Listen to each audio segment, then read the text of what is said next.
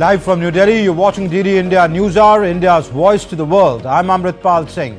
Coming up in the next 1 hour, South Korea's opposition files an impeachment motion against acting President Han Duck-soo. Vote in favor of 3 nominees of the Constitutional Court judges. Pakistan's military court sentenced 60 more civilians for taking part in pro-Imran Khan unrest last year.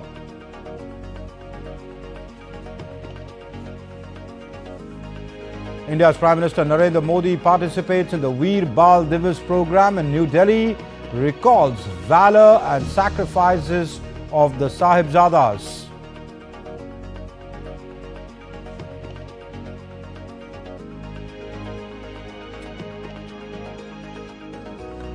On the 20th anniversary of Indian Ocean Tsunami, India's Minister Dr. Jitendra Singh says the country is now a global leader, helping nations around the world in disaster management.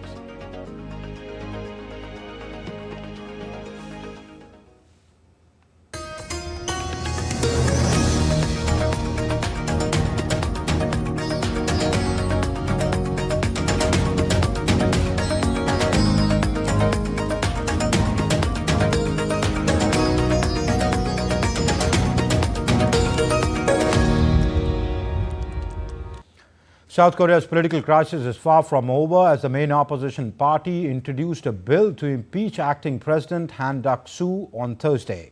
The decision came after Han announced that he will not appoint justices to the Constitutional Court. The voting will be held on Friday, and this move could deepen the country's constitutional crisis triggered by a short-lived martial law. More in this report. South Korea's opposition on Thursday claimed that they filed an impeachment motion against acting President Han Duck-soo, and they will hold a vote on Friday. Leaders accused President Han of obstructing the constitutional process to remove his predecessor, President Yoon Suk-yeol, from the office. The decision came after Han announced that he will not appoint justices to the Constitutional Court until the rival parties agree for a political compromise. Prime Minister Han Duck-soo officially announced that he would not appoint a constitutional court judge, which is his constitutional duty. His statement effectively acknowledges himself not as an acting authority, but as an acting authority of treason. The opposition Democratic Party had threatened to impeach President Han if he does not appoint 3 justices to fill the vacancies at the Constitutional Court. Parliament voted in favor of 3 nominees on Thursday, but they have yet to be formally appointed by Han. However, South Korea's ruling People Power Party urged the opposition party to stop its attempts to impeach acting president. The Democratic Party's deluge and tsunami of impeachments has now gone beyond paralyzing the government to completely devastating state affairs. What the Democratic Party seeks to impeach today is not the acting president Han Duck-soo, but the government itself, the livelihoods of the public, diplomacy, and South Korea. South Korea fell in a political crisis when President Yoon Suk-yeol declared martial law on 3rd December. Yoon was stripped of his duties by Parliament on 14th December over the dramatic declaration. But a constitutional court ruling upholding the decision by lawmakers is necessary to complete the impeachment process. The court is, however, currently short of 3 judges. While it can go ahead with its 6 members on the bench, and a single dissenting vote would reinstate Yoon. At the same time, if the impeachment motion passed on Friday, Finance Minister Choi Sang-mok would step in as acting president. Aman Kumar Himanshu's report for DD India. Russia's made it clear that the truce in its war with Ukraine has little meaning. Russian Foreign Minister Sergei Lavrov said that Moscow wants a legally binding deal for a lasting peace that would ensure the security of both Russia and its neighbors. Meanwhile, Russian and Ukrainian forces have once again engaged in fierce battles around the strategically important city of Pokrovsk and in the eastern Ukraine, and Russia has declared the capture of village Hihant in the same area. More in this report. Amid talks of ceasefire, Russia said that it sees no point in a weak ceasefire to freeze the war in Ukraine. Russian Foreign Minister Sergei Lavrov said that Moscow wants a legally binding deal for a lasting peace that would ensure the security of both Russia and its neighbors. It is not particularly hidden that this truce is needed in order to gain time to continue pumping Ukraine with weapons, so that they can themselves in order carry out additional mobilization and so on. A truce is a road to nowhere. We need final agreements that will fix all the conditions for ensuring the security of the Russian Federation and of course the legitimate security interests of our neighbors, but in a context that will secure the impossibility of violating these agreements in an internationally legal manner. Sergei Lavrov said that Russia is willing to work with Donald Trump's incoming administration to improve relations if the US has serious intentions to do so, but it is up to Washington to make the first move. Trump's Ukraine envoy, retired Lieutenant General Keith Kellogg, will travel to Kiev and several other European capitals in early January as the next administration tries to bring a swift end to the Russia-Ukraine war, according to two sources with knowledge of the trip's planning. US President Joe Biden has asked the US Defense Department to continue its surge of weapons deliveries to Ukraine and said the United States will continue to work tirelessly to strengthen Ukraine's position in its defense against the Russian forces. He described Russia's Christmas Day attack against some of Ukraine's cities and its energy infrastructure as outrageous. Russia on Thursday accused the Ukrainian security services of instigating a spate of arson and bomb attacks on banks, post offices, and police cars across the country. On the other hand, Russian and Ukrainian forces have once again engaged in fierce battles around the strategically important city of Pokrovsk in eastern Ukraine. And in a significant development, the Russian Defense Ministry declared the capture of the strategically located village of Hihant in the same area. The capture marks another step in the ongoing conflict between Russia and Ukraine, adding complexity to an already tense situation. Raghav Kumar Jha for DD India. And Japan Airlines network suffered a cyber attack on Thursday, disrupting luggage services and delaying flights at the start of the New Year holiday season, before being restored later in the day.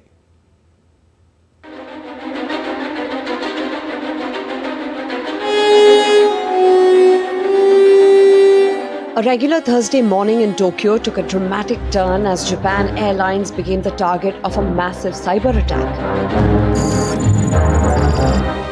The breach began at 7:24 a.m. local time, disrupting both internal and external systems. It's like, what do I do? I wish the flights just kept to the schedule. It's now so crowded in the airport. I've got children and I'm wondering if we can make it to grandma's house safely. The attack, which disabled a critical router, caused system-wide malfunctions and forced the airline to suspend ticket sales for the day. Notably, the attack solely affected Japan Airlines, leaving other major carriers untouched. By afternoon, Japan Airlines had managed to restore its systems. The airline confirmed the attack was a deliberate attempt to overwhelm their network with massive data transmissions. Despite disruptions, no customer information was leaked, according to the airline's statement. This attack on Japan Airlines is not an isolated case. Cyber attacks have increasingly targeted key institutions in Japan. Last year, the country's space agency was hit, although no sensitive rocket or satellite data was compromised. Japan is far from alone in facing such digital assaults. In November, at least 8 US telecom firms were breached by Chinese hackers in a sweeping espionage campaign. In the month of August, 3 Iranian hackers were charged by the US for attempting to infiltrate Donald Trump and Biden-Harris campaign systems. While in June, Indonesia's national data center was crippled by ransomware, resulting in the loss of crucial immigration records. Back in April, El Salvador national cryptocurrency wallet Chivo suffered a breach, exposing over 144 GB of sensitive citizen data. while in March, a cyber attack on the African Union disrupted operations for over a week, affecting more than 200 devices. In February, the International Monetary Fund faced a targeted attack compromising 11 email accounts, while in France, a massive data breach affected 33 million citizens' health insurance information. In response to the growing threats, global efforts to combat cybercrime are gaining momentum. The United Nations General Assembly recently adopted a landmark treaty to enhance international collaboration against digital threats. However, as cyber attacks evolve in complexity, financial institutions and critical infrastructure remain prime targets. With agency inputs, Tripti Tripaঠি's report for DD India.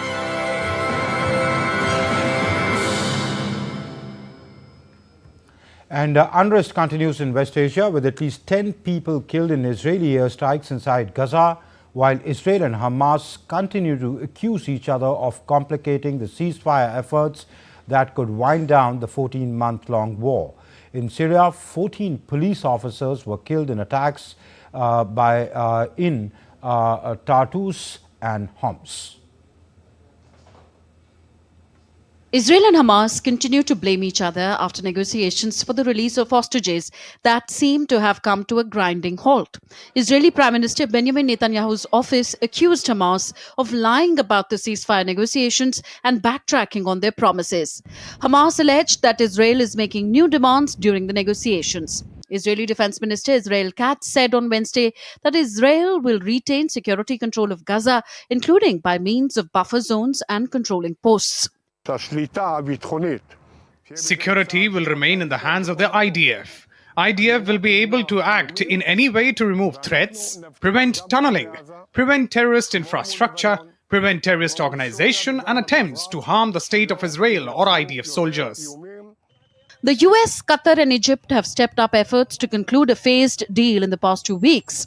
One of the challenges has been agreements on Israeli troop deployments.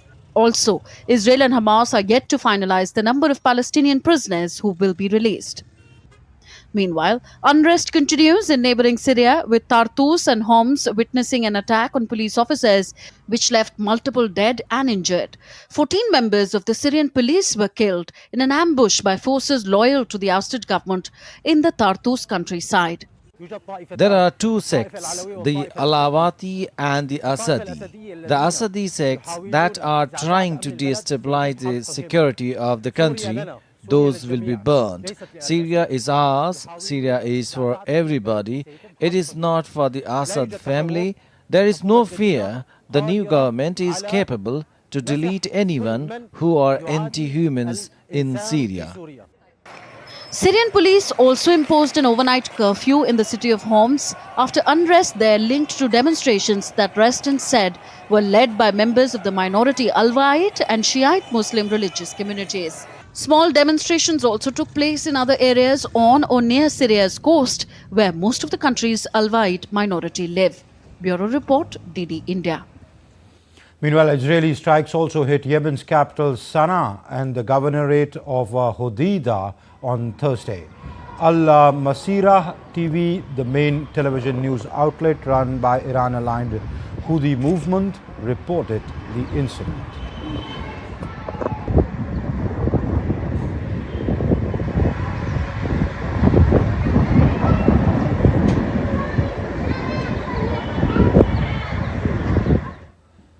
A Pakistani military court on Thursday sentenced 60 civilians to jail for taking part in pro-Imran Khan protests in 2023 and attacks on military facilities. Those sentenced include a relative of Imran Khan as well as 2 retired military officers. The military's media wing, that's the ISPR, said that the government and the armed forces remain steadfast in their commitment to upholding justice. In May 2023, Khan's arrest sparked countrywide protests that saw his supporters attack and ransack military installations. Khan's supporters have denied any wrongdoing, and Khan himself claims that the cases against him are politically motivated. Meanwhile, the international community has also expressed concerns over the sentencing. The United States has expressed deep concern about the sentences, and the European Union too has criticized the move. Bosnia's Security Minister Nenad Nesic and 6 others were arrested on Thursday on suspicion of corruption. They are accused of criminal association, money laundering, abuse of financial position and bribery. Police searched the residential and business premises in multiple cities that were used by the detainees. Nesic has served as the security minister since January 2023 and currently he is also the president of the Democratic People's Alliance Party.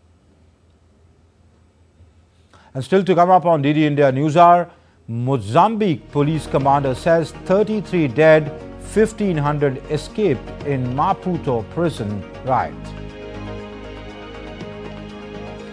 Tearful tributes mark 20 years since the Indian Ocean tsunami.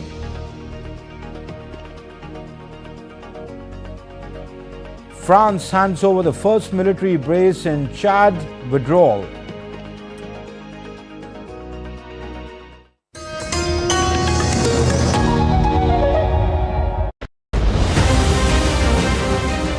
"2024, the year the world woke up to climate's harsh realities and powerful progress." Let's explore the stories that shaped the year 2024. The Amazon, the parts of the North America burned brighter than ever this year. With wildfire and catastrophic weather on the rise, are we prepared for what's next? India's energy transition is inspiring the world. As we wrap up, it's clear that 2024 has been a year of immense climate challenges, but also of remarkable progress.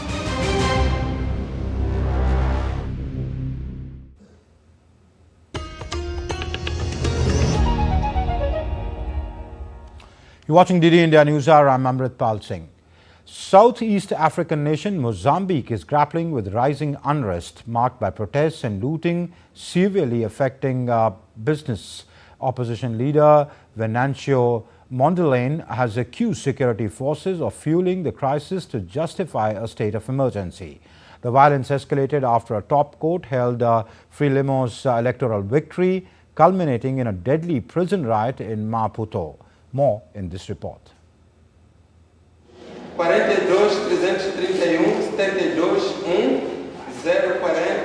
Mozambique is on the boil. Protests and looting is spreading in the southern African country, and this is impacting business badly. Main opposition leader Venancio Mondlane has accused security forces of allowing the unrest in order to give the government an opportunity to declare a state of emergency and crush the protests. The same police who were murdering before are almost encouraging people to attack, to steal. It's more than clear that this vandalism has to do with a plan that was already made, that wasn't successful before, which was to declare a state of emergency, which didn't work, and now they are doing it again. Unrest followed top court confirming long ruling party Frelimo's victory in the election. Prison riot in Mozambique's capital, Maputo, left 33 people dead and 15 injured on Wednesday. And this war, this fight that the people are waging is the fight for justice. It's the fight for legitimacy. It's the fight for truth.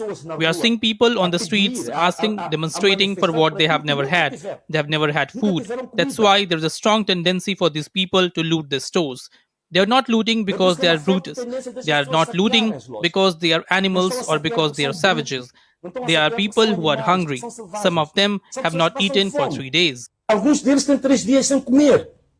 Mozambique's police general commander Bernardino Rafael blamed protests outside the prison for encouraging the riot, while Justice Minister Helena Kida told a local private broadcaster that the unrest originated inside the prison and was unrelated to the protests outside. About 1,534 people escaped from the prison in the incident, but 150 have now been recaptured. Mozambique's police general commander Rafael said that there were prison break attempts at 2 other prisons.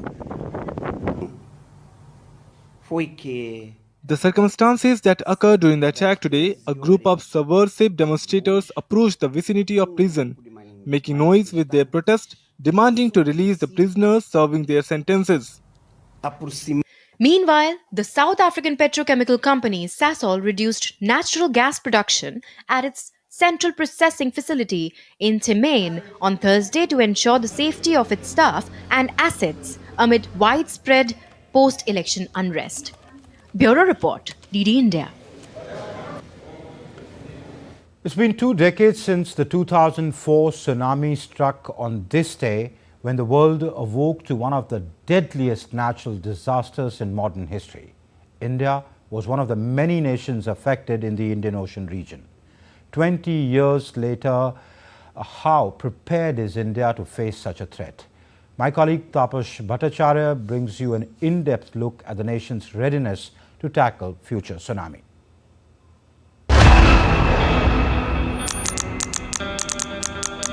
Two decades ago, on December 26, 2004,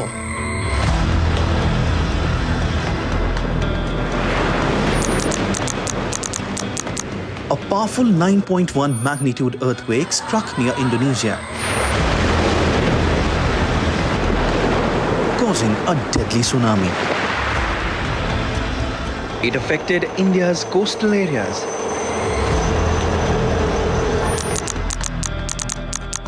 The massive waves claimed around 228,000 lives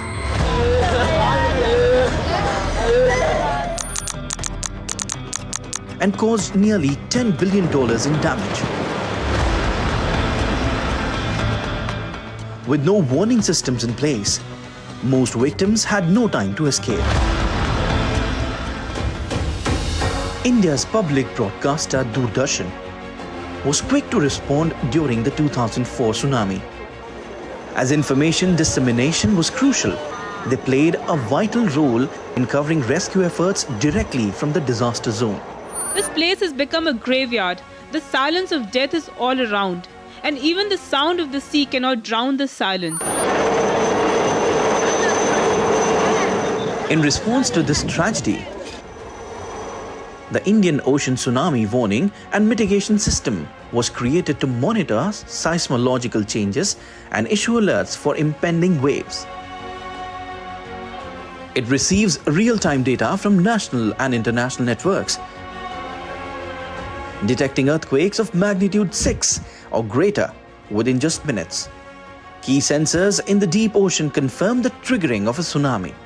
After this tragic event, which took about 230,000 lives and then impacted so many countries within the region, so the UN gave the mandate, provided the mandate to UNESCO's IOC to establish a end-to-end tsunami early warning and mitigation system in the Indian Ocean region.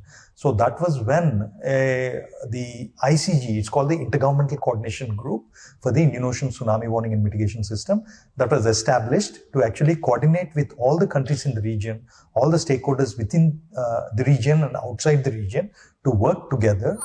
The Early Warning Center sends advisories to the Ministry of Home Affairs and State Emergency Operations Centers through satellite, phone, fax, SMS and email. Today, thanks to these robust early warning systems, India and other Indian Ocean countries are much better prepared to handle such disasters. From a nation caught off guard in 2004 to a global leader in tsunami preparedness today, India has come a long way. The establishment of the National Disaster Management Authority symbolizes India's commitment to safeguarding its people against future calamities. With camera person Piyush, this is Tapash Bhattacharya signing off for DD India from Hyderabad. Tearful mourners gathered on Thursday to remember the 20th anniversary of the Indian Ocean tsunami, one of the world's worst natural disasters which claimed over 220,000 lives across Asia. In Indonesia, which was the hardest hit by the tsunami, residents of the Aceh province held vigil prayers commemorating the loss of lives of more than 100,000 people. Family members of the deceased gather at a mass grave in Banda Aceh, scattering flowers or showering flower petals on gravestones. Meanwhile, in Sri Lanka, where more than 35,000 people were killed, survivors and relatives gathered to remember victims of the Ocean Queen Express train disaster, which claimed nearly 1,000 lives after the tsunami struck the train. The fishermen community in Chennai took out a peace procession and offered prayers to the sea gods. This village was devastated by the tsunami in 2004, with high tidal waves reaching 1.5 kilometers on one side of the habitation. We lost our relatives in 2004 tragedy. We have taken out a peace march in remembrance of those. We have worshipped sea gods so that same tragedy doesn't befall our village again. And the people who perished in the tragedy get a place in heaven. We hold these prayers every year. Commemorating the 20th anniversary of the 2004 Indian Ocean tsunami, India's Minister Dr. Jitendra Singh said that India has emerged as a global leader in disaster warning and is catering to other nations as well across the world. He added that Prime Minister Modi's path-breaking ocean initiatives like the Deep Sea Mission is being recognized as the world's most state-of-the-art institute of its kind. India's tsunami early warning system, which is being lauded internationally, was showcased as a cornerstone of the nation's disaster preparedness. Minister added that nations plan to deploy an Indian in the deep sea by 2026, marking a historic milestone. He also added that the ocean exploration is key to developed India goal. India's Prime Minister Narendra Modi participated in the Veer Bal Divas program in New Delhi. Prime Minister recalled the valor and sacrifices of the Sahibzadas. The Prime Minister stressed that no matter how difficult times are, nothing is bigger than the country and its interests. India's Prime Minister Narendra Modi participated in Veer Bal Divas, a nationwide celebration honouring children as the foundation of India's future for their exceptional contributions to the society at Bharat Mandapam, New Delhi on Thursday. Veer Bal Divas observed on December 26 to remember the martyrdom of Zorawar Singh and Fateh Singh, the two sons of Guru Gobind Singh. They were martyred as they did not surrender their thoughts and beliefs before the tyranny of the Mughals. The day emphasizes their courage and integrity, inspiring Indian youth to uphold values of bravery, honesty and resilience. साथियों, समय हर देश के युवा को अपने देश का भाग्य बदलने का मौका देता है। एक ऐसा कालखंड जब देश के युवा अपने साहस से, अपने सामर्थ्य से देश का कायाकल्प कर सकते हैं। देश ने आजादी की लड़ाई के समय देखा है, भारत के युवाओं ने तब विदेशी सत्ता का घमंड तोड़ दिया था। जो लक्ष्य तब के युवाओं ने तय किया, वो उसे प्राप्त करके ही रहे। अब आज के युवाओं के सामने भी विकसित भारत का लक्ष्य है। The 17 awardees of Pradhan Mantri Rashtriya Bal Puraskar were also present during the program. The award is India's highest civilian honor for children. It's awarded annually by the Ministry of Women and Child Development to children between the ages of 5 and 18 for their exceptional achievements in the following categories: bravery, art and culture, environment, innovation, science and technology, social service and sports. The President of India, Draupadi Murmu, conferred the award. The awardees receive a medal, certificate and citation booklet. Lauding the efforts of the awardees, Prime Minister Narendra Modi said these kids have become a source of inspiration for India. आज देश के 17 बच्चों को वीरता, innovation, science और technology, sports और artist जैसे क्षेत्रों में सम्मानित किया गया है। इन सब ने दिखाया है कि भारत के बच्चे भारत के युवा क्या कुछ करने की क्षमता रखते हैं। Children from different Indian states performed before the Prime Minister, showcasing their valor and pride associated with Indian culture. Bureau Report, DD India. And still to come on DD India NewsHour, we discuss with an expert how serious the threat of disruption by cyber attacks could get in the digital age that we live in. President Murmu confers the Pradhan Mantri Rashtriya Bal Puraskar on young achievers in New Delhi.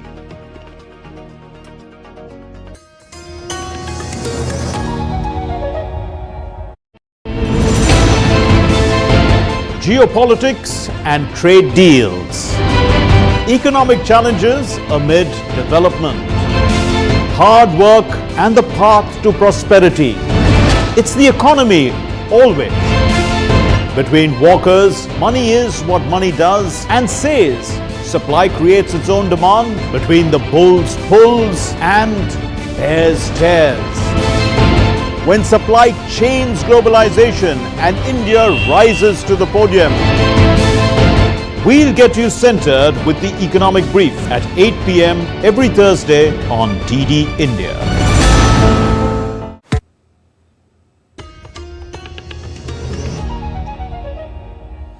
You're watching DD India NewsHour. I'm Amrit Pal Singh.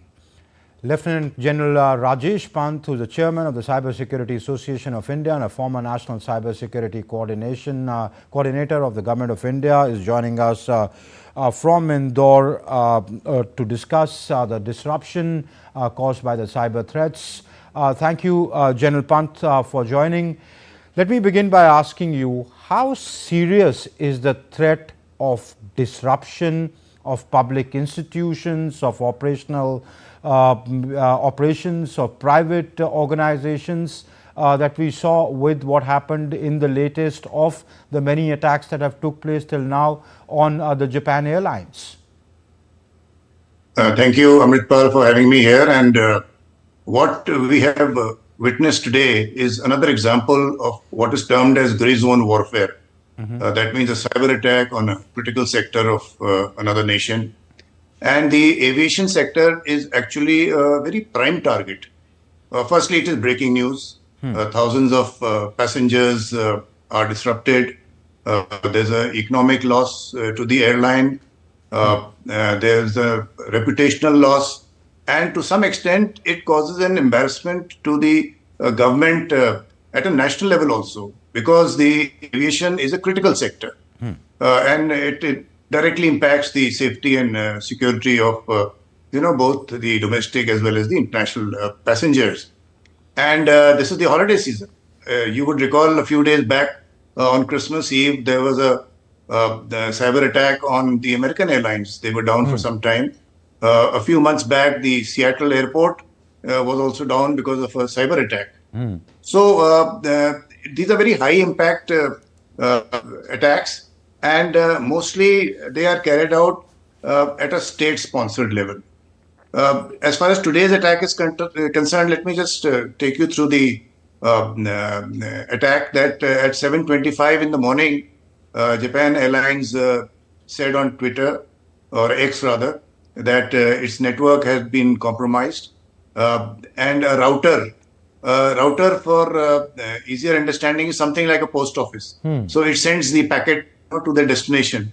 Right. And if a router is compromised, so you can imagine, the merry hell it can play by mixing up all the packets and causing the system to come down. In fact, it can also create what's called as a distributed denial of service attacks. That means all the packets are sent to one particular system and to make it crash. So finally at about 4:30 in the evening, again, Japan Airlines has come out with a statement that they've restored the system and there has been no data leakage. But definitely this is a very, very serious event. Why do you say it's state-sponsored of more often than not? You see, Amritpal, cyber attacks are carried out by individuals, by script kiddies, by cybercrime syndicates, all the mafia groups. state-sponsored attacks. Why I say it is more likely to be a state-sponsored attack is because of the resources that are required to conduct such an attack. Okay. So there is a term called APT, the Advanced Persistent Threats. That means the type of malware and the weaponization is very advanced. It is persistent because you are sitting there in the system and maintaining persistent, and is a threat. That means at any time you can cause a threat. So since the attribution is difficult, attribution means tracing the attacks is difficult. Normally they come through 2 or 3 hops. That means I hire a server somewhere, let's say in Germany. From there I hire a server in the US, and then from there I come and carry out an attack. So tracing me is difficult. And all this hiring costs, thousands and thousands of dollars. So it cannot be done definitely not at the individual level. The crime is not there, because if it was ransomware, then I would have said, yes, there is money involved, which is why logically I'm assuming that it is a state-sponsored attack. But then, General Pant, that raises a very, very dangerous spectre. If there are nation states involved with all kind of resources, then how do, say, small private organizations like an airline, JAL may be big, but they can target small airlines. So how do they stand up to that? How do they put in the resources to secure their networks? Then everything is so vulnerable, isn't it? Exactly, Repertoire, which is why in the government of India, I can share with you, to protect our national cyberspace, we have what we term as a whole of nation approach. And there is a concept called CBDR. That means a common but differentiated responsibility. So the individual has a responsibility, the businesses have a responsibility, the academia has a responsibility, and the government has a larger responsibility. And you're absolutely right. Today, the critical sector, if you take telecom, you take power, you take airlines, it's mostly private. So to protect a private sector from a state-sponsored attack, the government has to step in. So it has to be a whole of nation approach, which is the way we are going about things. Okay. Because you worked with the government of India, how secure are our systems? That, brings in that interest, that how secure are the Indian networks? I can assure you that, in the global cybersecurity index, from 47th place, we have now jumped to the top 10. And recently, Government of India on 27th September has come out with a notification where the allocation of business rules has also been given. And for the critical sector, we have a separate organization called the National Critical Information Infrastructure Protection Center, NCIIPC, which is totally focused on the 7 sectors that we have identified as critical. So while for incident response, we have a national CERT, which is CERT-in, but for the critical sector, and this is a very unique organization that we have created. Most nations have different sort of structures, but as far as our nation is concerned, I can assure you that the systems are in place. However, vulnerabilities will continue to exist, cyber attacks will continue to take place. What the solution lies in a concept which is called as resilience. So how do you ensure business continuity in the face of cyber attacks is what the whole game is about. Okay. But sir, do nations, collaborate, friendly nations collaborate in terms of technology, in terms of, putting more security to protect their critical sectors? Oh, yes, absolutely. So, for example, there is a counter ransomware initiative, which is now grown up to almost 80 nations, and they exchange threat intelligence amongst them. Closer home, in all our minilaterals, whether it is the Quad, whether it is the SCO, whether it is BIMSTEC, BRICS, everywhere now cybersecurity is being discussed. Threat intelligence is a very important aspect, and it has to come globally. So what you're saying is very right. When I said resilience is achieved by 4 aspects. One is education and awareness of people. Second is having the processes in place. Third is using technology like zero trust architecture, etc. And fourthly is the cooperation. So cooperation is a very, very important aspect of resilience. Okay. So how advanced is intelligence sharing? Because, even in conventional warfare, how prepared you are depends upon what kind of int do you have. So how, I'm giving you a sense of how is the tech int sharing goes, how does it go about, and how do countries secure themselves? So, firstly, our national CERT, that is CERT-in, which comes the MIT, it gets input from international threat actors. So whether it is, private players like Palo Alto, Checkpoint, etc., or whether it is the other certs, including APAC cert, etc., they are all part of a network. So first he gets the threat intel from there. Then within the nation, I can share with you that CERT-in has a CISO network. CISO is the Chief Information Security Officer of any organization. Okay. And I've seen that network. He has over 700 CISOs connected to that network. So whatever threat intel he is getting is immediately passed on to these 700 CISOs. And it is passed on in two formats. One is called technically the sticks and taxi format, where it is directly ingested into the systems. The other, of course, is by email. So, manually they feed their firewall, etc. So, and this is now also done sector-wise. So, let's say for the telecom sector, the threat intel is also going through the regulator. For the power sector, the Central Electricity Authority is handling it. Similarly, for each sector, the regulator is also, for the RBI, for the financial sector, the RBI is doing a great job in, coming out with guidelines, ensuring the audits and sharing the threat intel, etc. So, internationally level cooperation, national level cooperation, and sector-wise cooperation. That's how the whole framework works. All right. General Pant, we'll leave it there. Thank you very much. That's all the time we have for, but thank you very much for joining us and lending us your invaluable insights. Thank you. Moving on, India's President Draupadi Murmu conferred the Pradhan Mantri Rashtriya Bal Puraskar on children for exceptional achievements in 7 categories in New Delhi on Thursday. 17 children hailing from 14 states and union territories have been selected for the award. Government confers the Bal Puraskar to children for achievements in art and culture, bravery, innovation, science and technology, social service, sports and environment. And addressing the awardees of the Pradhan Mantri Rashtriya Bal Puraskar, President Draupadi Murmu emphasized that the children play an important role in shaping the future of the nation.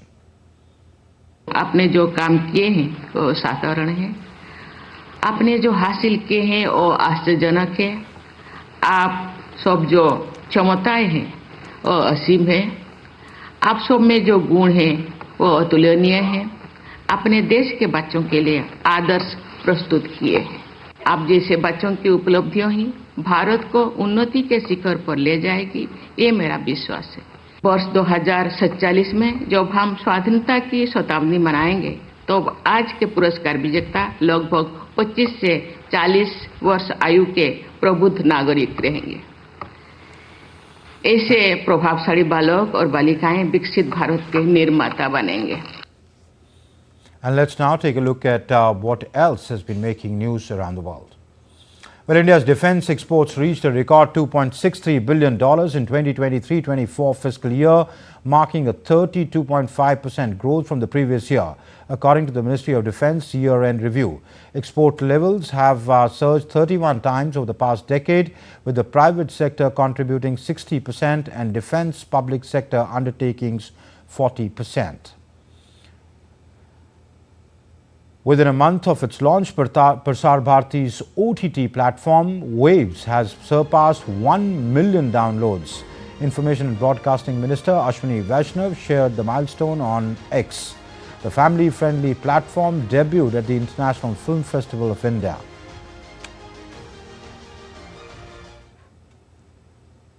Masali village in western India's Gujarat has become the country's first border solar village. With 119 homes equipped with rooftop solar panels generating 225.5 kilowatts of electricity, the village is now self-sufficient, highlighting solar energy's role in promoting sustainability and rural self-reliance.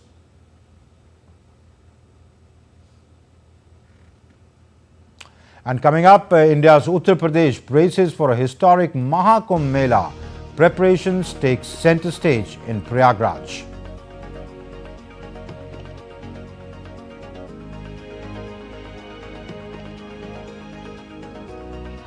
Australia's top 4 batters score half-centuries, put hosts in command on day 1 of the 4th test against India.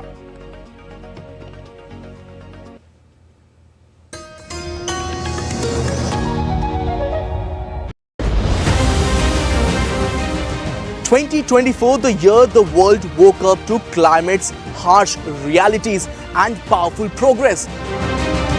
Let's explore the stories that shaped the year 2024. The Amazon, the parts of the North America burned brighter than ever this year. With wildfire and catastrophic weather on the rise, are we prepared for what's next?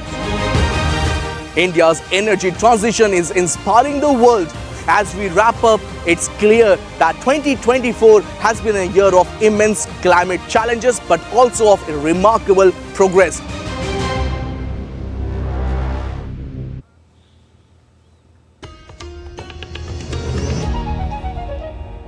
You're watching DD India NewsHour. I'm Amritpal Singh. Let's now take a look at other stories making news around the world. France has handed over its first military base as part of the withdrawal of its military forces from Chad, the Chadian army said on Thursday. It said the base at the Faya Largue in north of the country has been handed over and that it would inform the public about the progress concerning the withdrawal of the French forces from the bases in the eastern city of Abidjan and the capital N'Djamena.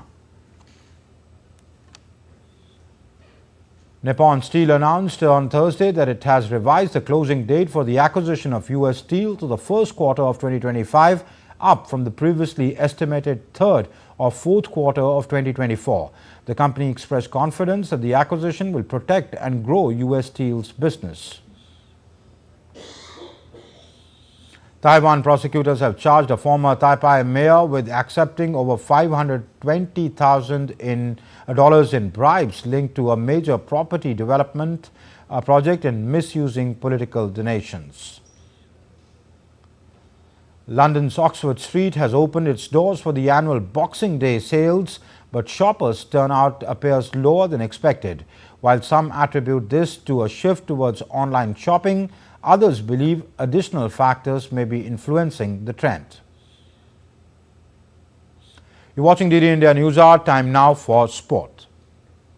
Australia's top 4 batters slammed half-centuries to put the hosts in a commanding position on day 1 of the 4th test against India on Thursday.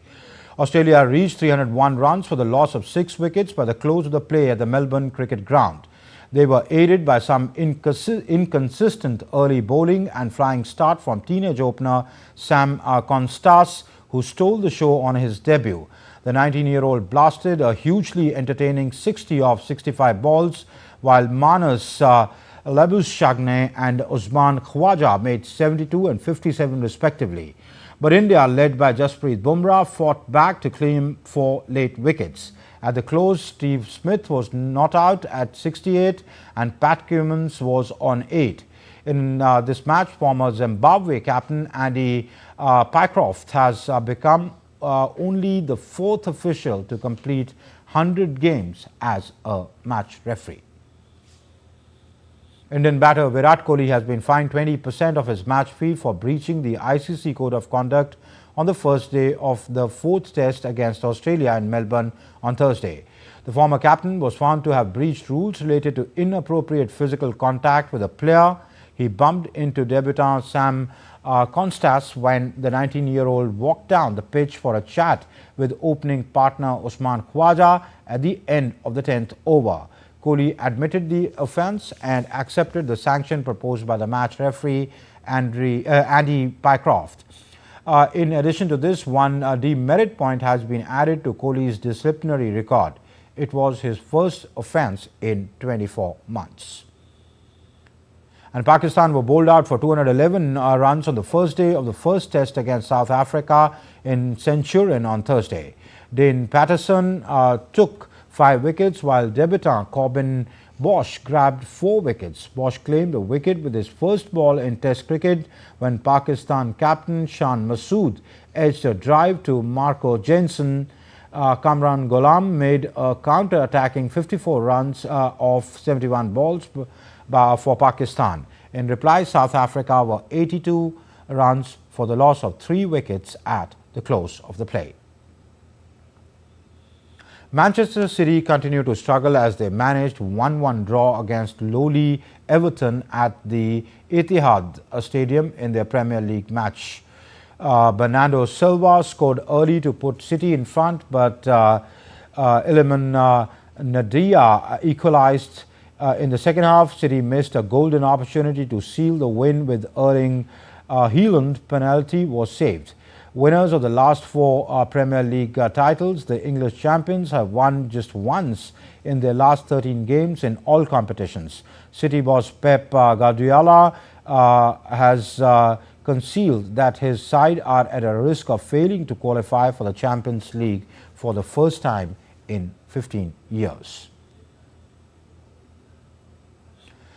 Former Wimbledon champion Elena Rybakina has joined her Kazakh compatriots for Perth leg of the United Cup. Kazakhstan faced Spain in the opening tie on Friday, with Rybakina a favorite against Jessica Mineiro. Rybakina hopes to make up for the last season's disappointment when she was sidelined by a back problem and illness after winning 3 titles. The match will be the first test of a collaboration with new coach Goran Ivanisevic, who parted ways with Novak Djokovic last season.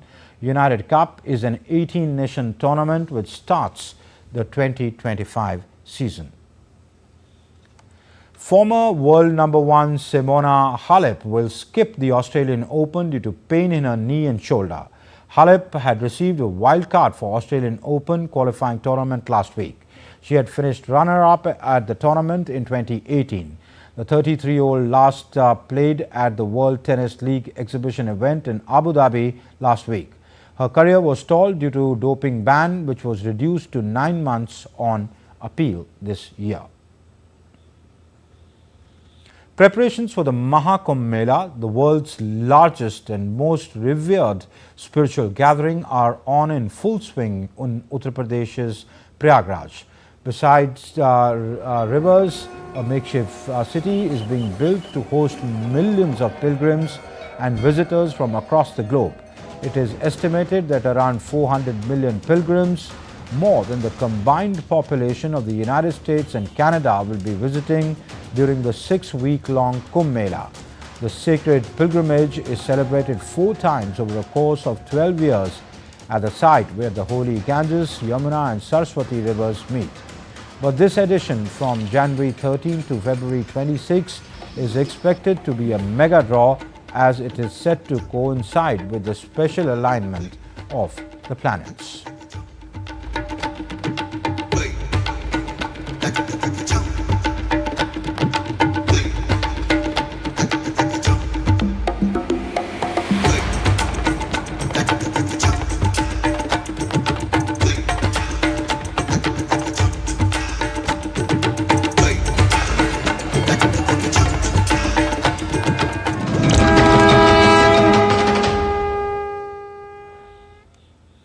India's public broadcaster Prasar Bharati has recently launched Waves, entering the field of OTT platform. Waves provides a complete infotainment ecosystem to digital media and OTT audience. If you also want great content for free, then download Waves today.